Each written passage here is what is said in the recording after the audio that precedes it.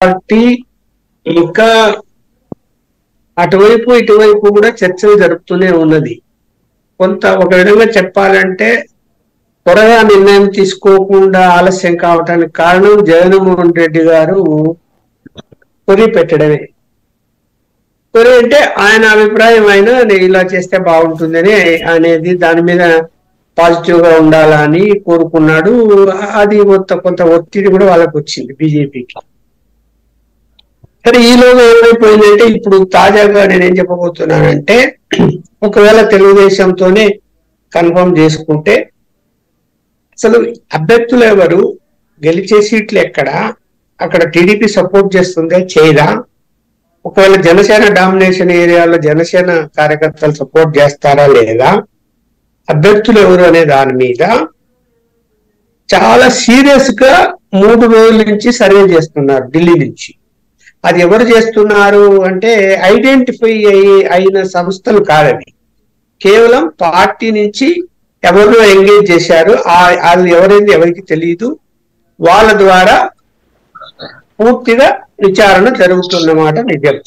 అంటే ఎవరు అభ్యర్థులు ఎవరు, ఈయనెవరు, ఆయన ఎవరు, మీరు పొత్తు ఉంటే మీ పరిస్థితి ఏమిటి, తర్వాత 2-3 అభ్యర్థుల పేర్లు చెప్పి ఇళ్ళలో ఎవరు బెటరు, ఇది నడుస్తున్నది. ఇది నడుస్తున్నప్పుడు ఉన్న పరిస్థితి ఏంటంటే ఇప్పుడు ప్రచారం ఎలా ఉంది అంటే బీజేపీ బ్రతిమలాడుతున్నది, వాళ్ళకి ఇన్ని సీట్లు కావాలను, వాళ్ళకు పార్లమెంట్ సీట్లు కావాలను అనే ప్రచారం బాగా జరిగింది ఇప్పటి వరకు. కానీ ఇప్పుడు తెలుగుదేశం జనసేనని బీజేపీని బ్రతిమలాడాల్సి వచ్చిన పరిస్థితిలో వాళ్ళు ఉన్నారు. ఇప్పుడు వాళ్ళు పలకడం లేదు.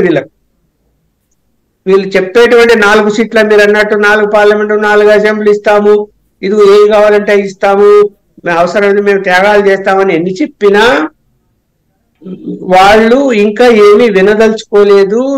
వీళ్ళని పిలవలేదు అక్కడికి, ఢిల్లీకి కూడా పిలుస్తారన్నారు, పిలవలేదు. లాజికల్ పాయింట్ ఒకటి, అది మొన్నటిదాకా ఇలాంటి మాటలు అంటే బాగుంటుంది కానీ ఇప్పుడు ఆ మాట అంటే బాగోదేమో. ఎందుకంటే తెలుగుదేశం పార్టీ 94 స్థానాలకి అనౌన్స్ చేసేసింది, 5 స్థానాలు జనసేన అనౌన్స్ చేసేసింది, వాళ్ళిద్దరు పొత్తు అన్నటువంటిది ఖాయం చేసేసుకున్నారు. ఇంకో 18 మొత్తం కలిపితే 118 స్థానాలకు ఓకే చేసుకున్నారు. ఇక్కడ 24 స్థానాలు జనసేన, 94 వాళ్ళది.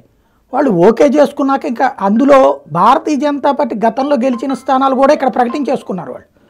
వాళ్ళు ఆల్రెడీ ప్రకటించేసుకున్నారు. ఇంకా అట్లాంటప్పుడు ఇంకా భారతీయ జనతా పార్టీని బతిలాడే పరిస్థితి ఉందో రకంగా వస్తే రాలేతే పో అన్నటువంటి కాన్సెప్ట్ అవుతుంది. కానీ ఇప్పుడు మిగిలిన 57 సీట్లలో చూస్తే భారతీయ జనతా